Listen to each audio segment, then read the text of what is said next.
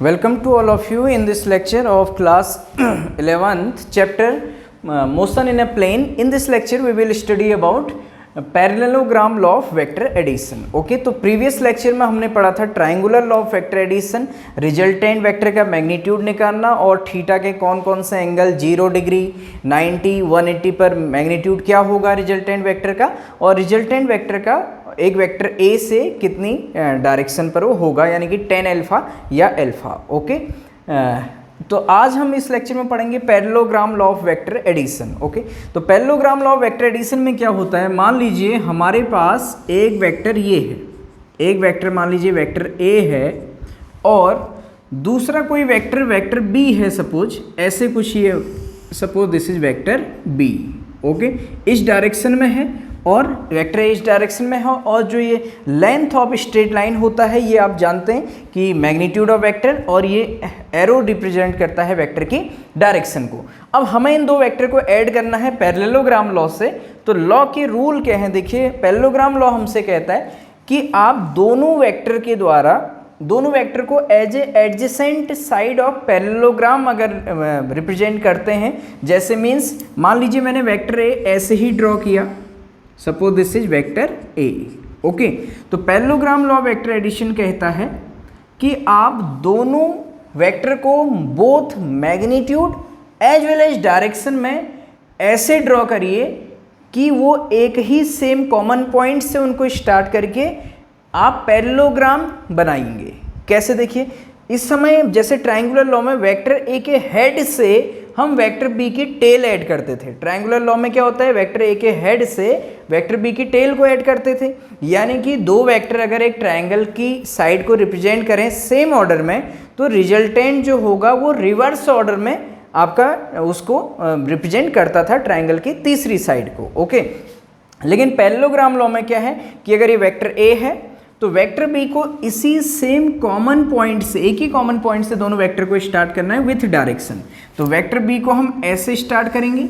तो देखिए vector B मैंने ऐसे बनाया, ये हो गया हमारे पास वेक्टर बी. अब ये हमसे कहता है कि इससे एक पैरेललोग्राम बनाइए. तो पैरेललोग्राम इसका अगर हम कंप्लीट करें तो मान लीजिए वेक्टर बी है तो ऐसे, और जितना ये है उतना ही इस वेक्टर को आप डिनोट कर दीजिए वेक्टर ए, और जितना वेक्टर बी है उतना ही ये वेक्टर बी हमने ऐसे बना दिया. ओके, तो मान लीजिए तो ये हमने एक पैरेललोग्राम मैंने यहाँ पर बनाया. तो जो रिजल्टेंट वेक्टर होगा कहता है वो पैरेललोग्राम की डायगोनल जो होगा, यानी कि इस पॉइंट से जो डायगोनल बनाया जाएगा, मीन्स इसी सेम कॉमन पॉइंट से ये जो डायगोनल बनेगा इस सेम कॉमन पॉइंट से ये रिप्रेजेंट करेगा रिजल्टेंट वेक्टर आर को, और ये होगा R equal to A plus B. Okay, और इस रिजल्टेंट की डायरेक्शन और इस रिजल्टेंट का मैग्नीट्यूड निकालने के लिए हम इसको आगे फॉलो करेंगे. ओके, मीन्स आगे हम यहाँ से परपेंडिकुलर नीचे खींचेंगे, हमें ये निकालना है. तो मान लीजिए यहाँ पर OP हमने कहा कि वेक्टर ए है और OQ मान लीजिए वेक्टर बी है. ओके, और इस पॉइंट को हम नाम दे देते हैं यहाँ पर S. ओके, और इस पॉइंट को हम यहाँ, ये पॉइंट हमने S यहाँ तक नाम दे दिया. तो देखिए पैरेललोग्राम लॉ है क्या, पैरेललोग्राम लॉ है हमारे पास कि if we represent two vectors from a same common point, एक ही सेम कॉमन पॉइंट से अगर हम दो वेक्टर को रिप्रेजेंट करें in both magnitude as well as direction, दोनों में ही एक ही सेम कॉमन पॉइंट से रिप्रेजेंट करें, and we make a imaginary parallelogram, अगर हम एक इमेजिनरी पैरेललोग्राम बनाए उससे, then the diagonal from that point, इसी कॉमन पॉइंट जहां से आपने दोनों वेक्टर को स्टार्ट किया है मैग्नीट्यूड और डायरेक्शन से, इस पॉइंट से जो पैरेललोग्राम का जो डायगोनल बनेगा वो रिजल्टेंट वेक्टर दोनों के R vector addition A plus B को रिप्रेजेंट करेगा. ओके, तो इसी जो पैरेललोग्राम लॉ वेक्टर एडिशन है उसको मैं यहाँ पर लिख रहा हूँ, फिर हम इसके लिए रिजल्टेंट की मैग्नीट्यूड के लिए यहाँ पर फाइंड आउट करेंगे. ओके, तो पैरेललोग्राम लॉ इसको मैंने यहाँ पर लिखा है कि एक्चुअल में लॉ क्या बोलता है, जो मैंने आपको एक्सप्लेन किया. तो देखिए, if two vectors can be represented both in magnitude and direction by the two adjacent sides of a parallelogram, by the two adjacent sides of a parallelogram drawn from a common point, means दोनों side एक ही common point से draw करें, then तो क्या होगा, दियर resultant is completely represented, उनका resultant को completely represent किया जाएगा both in magnitude and direction, magnitude और डायरेक्शन दोनों में। कैसे? By the diagonal of the parallelogram drawn from that point, यानी कि डायगोनल ऑफ पैरेललोग्राम से जो कि उसी कॉमन पॉइंट से ड्रॉ किया गया हो जिस कॉमन पॉइंट से दोनों वेक्टर को हमने स्टार्ट किया।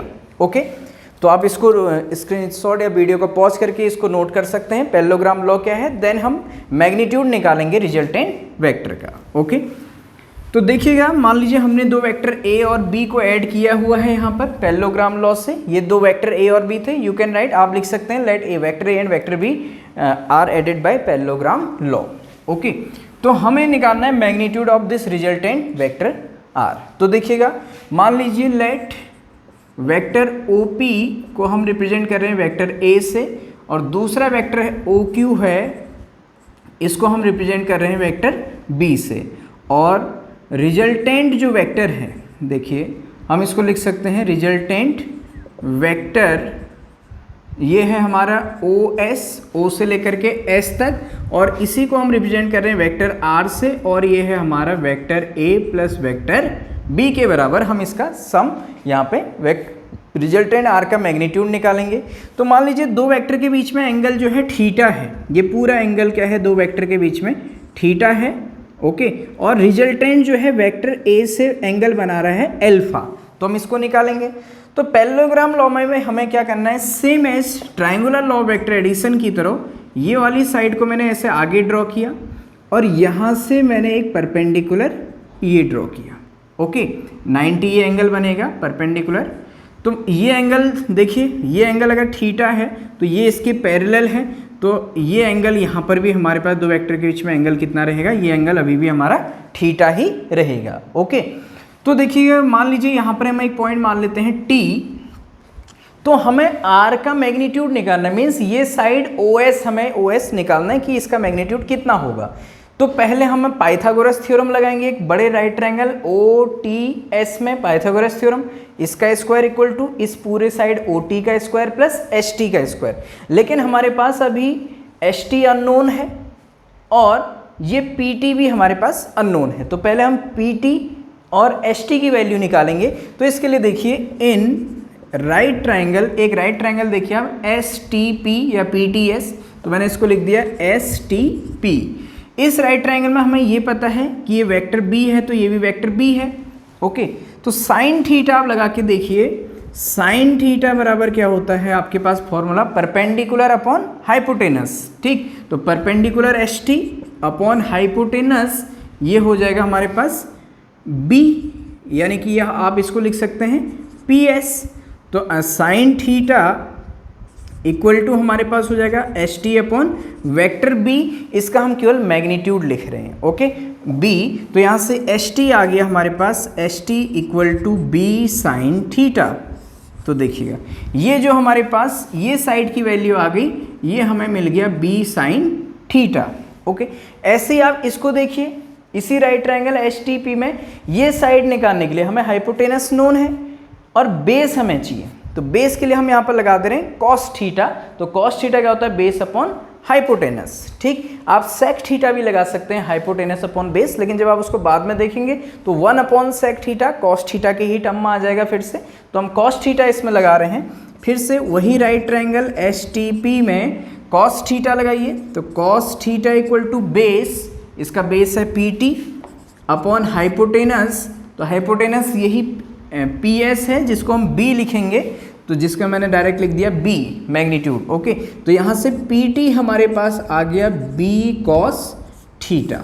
ओके, तो जो P से T है ये हमारे पास आ गया B cos थीटा। तो O से लेकर के जो पूरा T तक हो जाएगा, इसका अगर हम मैग्नीट्यूड की बात करें तो यहाँ तक मैग्नीट्यूड वेक्टर OP का मैग्नीट्यूड ओनली A, ठीक है, और प्लस B cos थीटा, ये हमारे पास पूरी साइड आ गई। ठीक, तो हम यहाँ पर लिख सकते हैं, इसको हम यहाँ लिख सकते हैं OT, देखिए इसके बाद मैं लिख दे रहा हूँ OT इक्वल टू हो जाएगा OT OP, O से लेके P तक प्लस PT। तो OT हमारे पास आ गया, OP है हमारे पास इसका मैग्नीट्यूड A प्लस PT हमने फाइंड किया B cos थीटा, तो OT आ गया A plus B cos theta. अब हमें इस आर का magnitude mean side O S हमें निकालना है। तो अब बड़े right triangle O T S में, ओ टी एस, ये जो बड़ा राइट ट्रायंगल दिख रहा है आपको, इसमें पाइथागोरस थ्योरम लगा दीजिए। ओके, तो in right triangle O T S, तो पाइथागोरस थ्योरम क्या कहता है, हाइपोटेनस ओ एस का स्क्वायर, ओ एस का square equal to base O T का square plus perpendicular H T का स्क्वायर। ओके, तो पाइथागोरस थ्योरम हमने लगाया। तो पाइथागोरस थ्योरम से अब हम इनकी वैल्यू यहाँ पे रख देते हैं। तो ठीक, तो ओ एस हमें निकालना है, तो इसको ओ एस और इसको हम कह रहे हैं आर, तो ये हो जाएगा R square equal to O T, O T है ए प्लस ओ से टी तक, A plus B cos theta, जो हमने ये लिखा है, तो हो जाएगा A plus B cos theta का whole square plus H T, ये कितना है B sine theta, B sine theta का होल स्क्वायर करेंगे आप, तो इसको B sine theta whole square ही लिख दे रहा हूँ मैं, जो कि B square sine square theta होगा, सिंपल। ठीक, यही हमने same triangular law of vector addition में भी किया था। ओके, तो इसके बाद देखिएगा ये बन जाएगा आर स्क्वायर बराबर, इसको ए प्लस बी के होल स्क्वायर से खोल दीजिए, A square plus B square plus 2ab से, तो ए स्क्वायर मीन्स केवल ए का स्क्वायर आ जाएगा प्लस बी स्क्वायर की जगह पर बी की जगह पर यहाँ टर्म है बी कॉस थीटा, तो इसका स्क्वायर हो जाएगा B square cos square theta, तो A square plus B square cos square theta plus 2ab, 2 A की जगह पर ए है, बी की जगह पर है बी कॉस थीटा, तो plus 2ab cos theta plus ये इसका whole square B square sine square theta, तो ये टर्म हमारे पास रहेगा B square sine square theta. तो यहाँ से R square equal to A square, तो देखिए एक टर्म है हमारे पास B square cos square theta और एक टर्म है B square sine square theta, तो इनमें से मैं क्या कर रहा हूँ, बी स्क्वायर इन दोनों को पहले लिख करके बी स्क्वायर कॉमन ले सकते हैं, फिर अंदर क्या बचेगा कॉस स्क्वायर थीटा, यहाँ से इसमें से साइन स्क्वायर थीटा, तो अंदर हमारे पास बचेगा cos square theta plus sine square theta और प्लस ये टर्म बचेगा 2ab कॉस थीटा। तो आप जानते हैं ट्रिग्नोमेट्री की आइडेंटिटी क्लास 10th की आपने पढ़ी है, cos square theta plus sine square theta 1 होता है, ऐसी सेक और टेन में होती है sec square theta minus tan square theta equal to 1, cosec square theta minus cot square theta equal to 1। तो यहाँ पर हम ये वाली आइडेंटिटी केवल यूज़ कर रहे हैं, sine square theta plus cos square theta या cos square theta plus sine square theta equal to 1, तो ये टर्म हमारा 1 हो जाएगा। तो आर स्क्वायर इक्वल टू यहाँ से आ जाएगा A square plus B square plus this term only 2ab cos theta.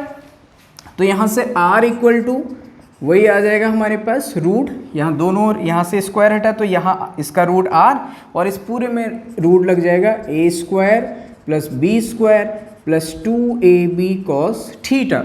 तो आप रिजल्टेंट का आप जो देख रहे हैं मैग्नीट्यूड, वो फॉर्मूला वही निकला है जो हमने triangular law of vector addition से भी इसी को फाइंड किया था। ठीक, तो मेथड सेम वही है, बस यहाँ तक डिफरेंस है, आगे सॉल्व करने का तरीका हमारा like as triangular law of vector addition ही है।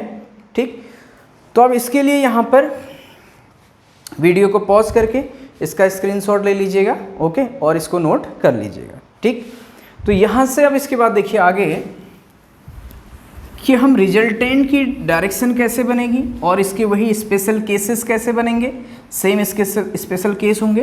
तो रिजल्टेंट का आप फॉर्मूला देखिएगा।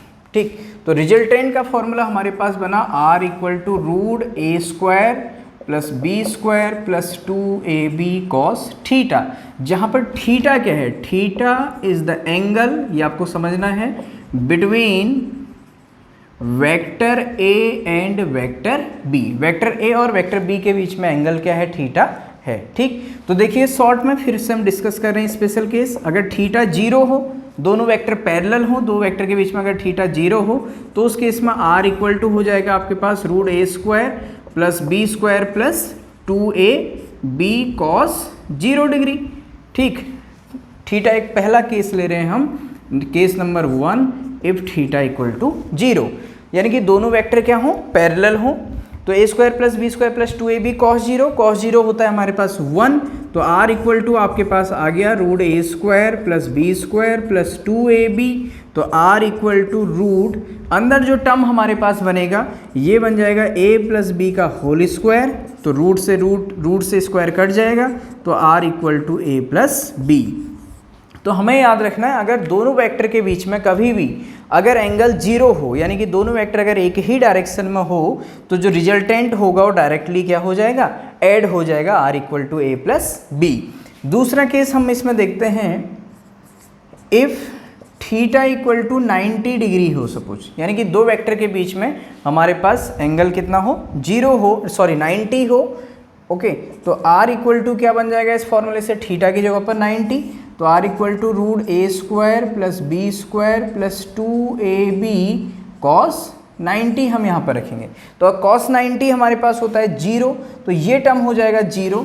तो इस समय जो r होगा रिजल्टेंट वेक्टर का magnitude root a square plus v square, ये हमें देखना है, ठीक। अभी हम केवल डायरेक्शन की बात नहीं कर रहे हैं, अब हम केवल रिजल्टेंट के मैग्नीट्यूड की बात करेंगे, root a square plus B square. ऐसे तीसरा केस बनता है, if theta equal to 180 degree, means दोनों वेक्टर एक दूसरे के अपोजिट डायरेक्शन में हो। थीटा इक्वल टू 180 का मतलब है कि एक वेक्टर अगर ईस्ट है तो दूसरा वेक्टर वेस्ट है, तो उस समय जो फॉर्मूला बनेगा r equal to root a square plus B square plus 2ab cos theta में ये हो जाएगा कॉस 180 डिग्री, और आपको ध्यान रखना है कॉस 180 डिग्री की वैल्यू होती है हमारी -1, ओके। तो फिर से हमारा जो r का फॉर्मूला आएगा root a square plus B square cos 180 -1, तो ये बन जाएगा -2ab।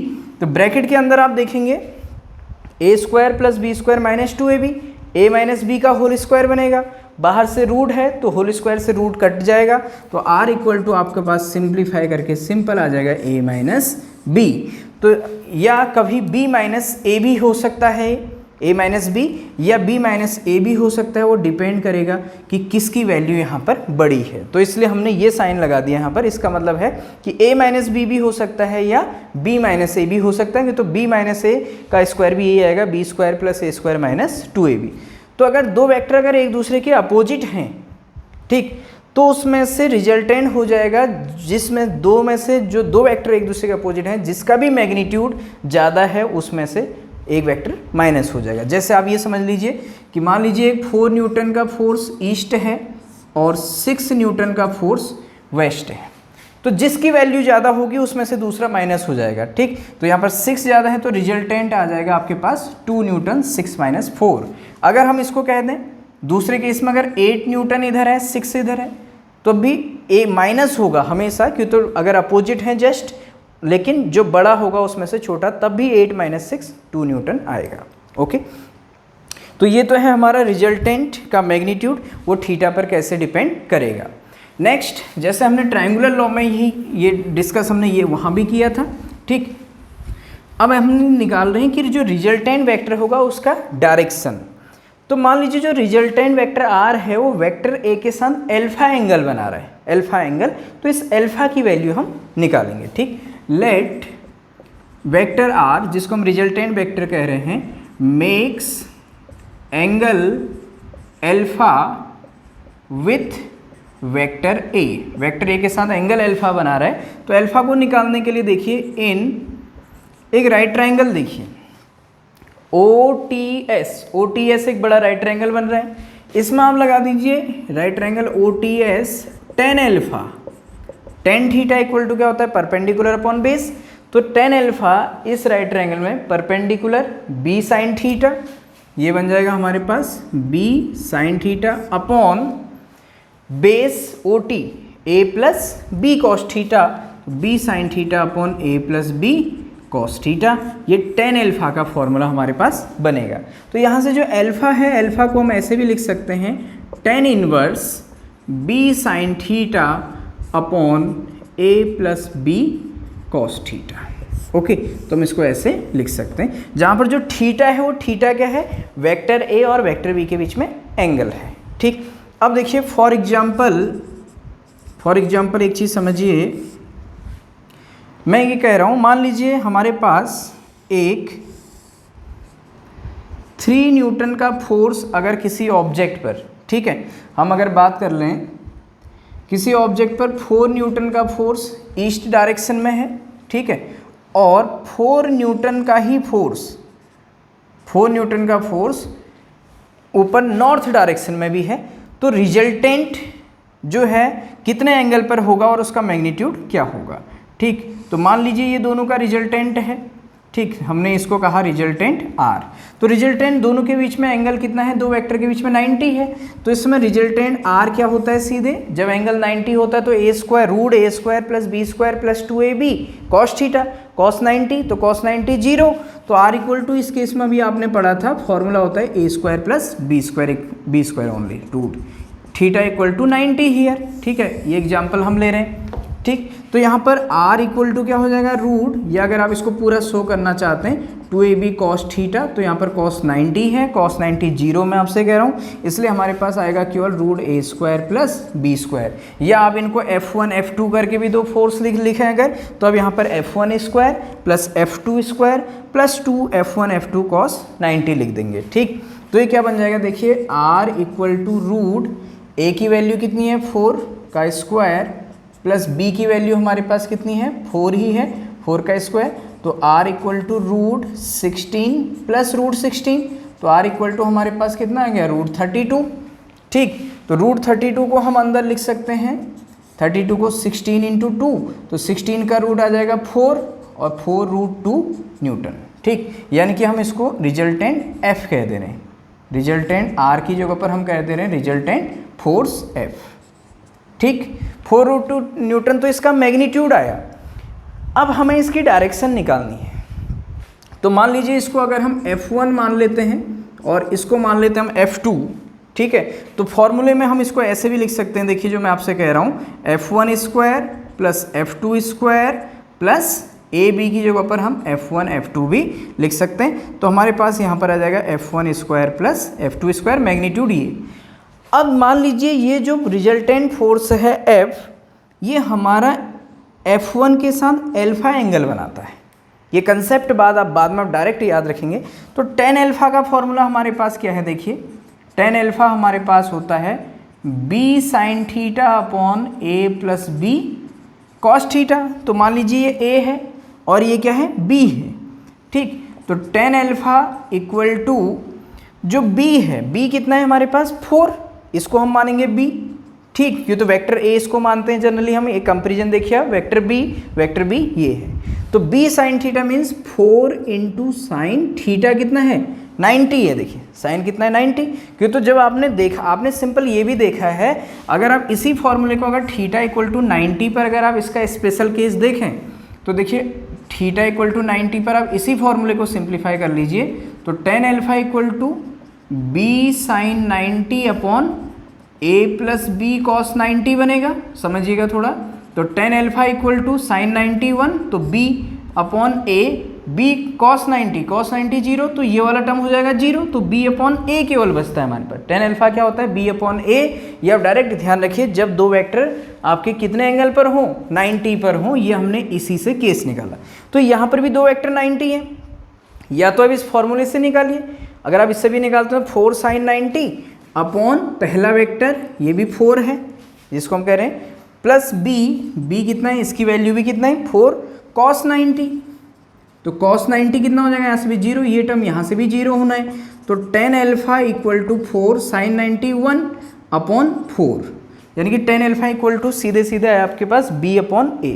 तो या तो आप ऐसे डिटेल में सॉल्व करिए, नहीं तो आप सीधे अपने दिमाग में याद रखेंगे, अगर थीटा इक्वल टू 90 होता है अगर दो वेक्टर के बीच में एंगल, तो उस समय हम ये फॉर्मूला यूज कर लेंगे, इसको हमने रिड्यूस करके tan alpha equal to b upon a। तो ध्यान दीजिएगा tan alpha equal to b upon a, तो b की जगह पर फोर्स f2 है और a की जगह पर f1, तो मैं इसको लिख सकता हूँ tan alpha equal to f2 upon f1। ठीक, न्यूमेरिकल में हमारे पास काम आएगा आगे और भी, जैसे मैं समझा रहा हूँ। तो tan alpha equal to f2 की वैल्यू 4 और f1 भी 4, तो ध्यान दीजिए दोनों फोर्स का मैग्नीट्यूड सेम है, f1 और f2, या वेक्टर a और वेक्टर b भी अगर सेम हो, तो देखिए 4 अपॉन 4, तो हमारे पास tan अल्फा आ गया 1, 4 अपॉन 4 1। अब अल्फा हमें निकालना है, तो हम क्या करेंगे, हमें देखेंगे tan थीटा के कौन से एंगल पर इसकी वैल्यू 1 होती है। ठीक, तो देखिएगा tan अल्फा इक्वल टू, अब 1 कौन से एंगल पर होती है tan थीटा की वैल्यू, tan 45, तो 1 को जगह पर हम लिख सकते हैं इधर tan 45 डिग्री, 10 से 10 कट जाएगा, अल्फा इक्वल टू 45 डिग्री। या इसको यहाँ से एक और तरीका देखिए दूसरा, और या तो आप ऐसे सॉल्व कर लीजिए, या आप इस लाइन के बाद थोड़ा समझिए, tan अल्फा बराबर 1 है तो हम अल्फा बराबर क्या लिखेंगे, tan इनवर्स 1 लिखेंगे। अल्फा बराबर tan इनवर्स, जैसे अल्फा बराबर tan इनवर्स अंदर ये वैल्यू, तो यहाँ पर tan अल्फा बराबर 1, तो अल्फा बराबर tan इनवर्स 1। तो देखिए अब यहाँ भी क्या करना है, alpha equal to tan inverse 1 को क्या लिख सकते हैं फिर से tan 45 डिग्री, तो tan इनवर्स से ये tan भी कैंसिल हो जाता है। ठीक, ये मीन्स ये या तो आप ऐसे कट करिए या ऐसे कट करिए, एक ही बात है, अल्फा इक्वल टू 45 डिग्री। तो ये मेरा बताने का मेन रीज़न ये है कि अगर दो वेक्टर एक दूसरे से 90 डिग्री पर हों और दोनों वेक्टर का मैग्नीट्यूड भी सेम हो, दोनों का मैग्नीट्यूड सेम है, देखिए 4 और 4, तभी तो जब हमने 4/4 किया तब ये 1 आया, tan अल्फा 1 और अल्फा कितना है 45।